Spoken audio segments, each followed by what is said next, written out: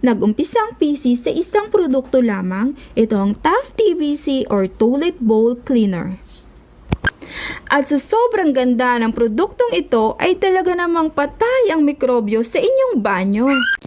Walang branch ang PC noon dahil ang 20 square meter na head office ng PC ay siyang tumatayong branch na din.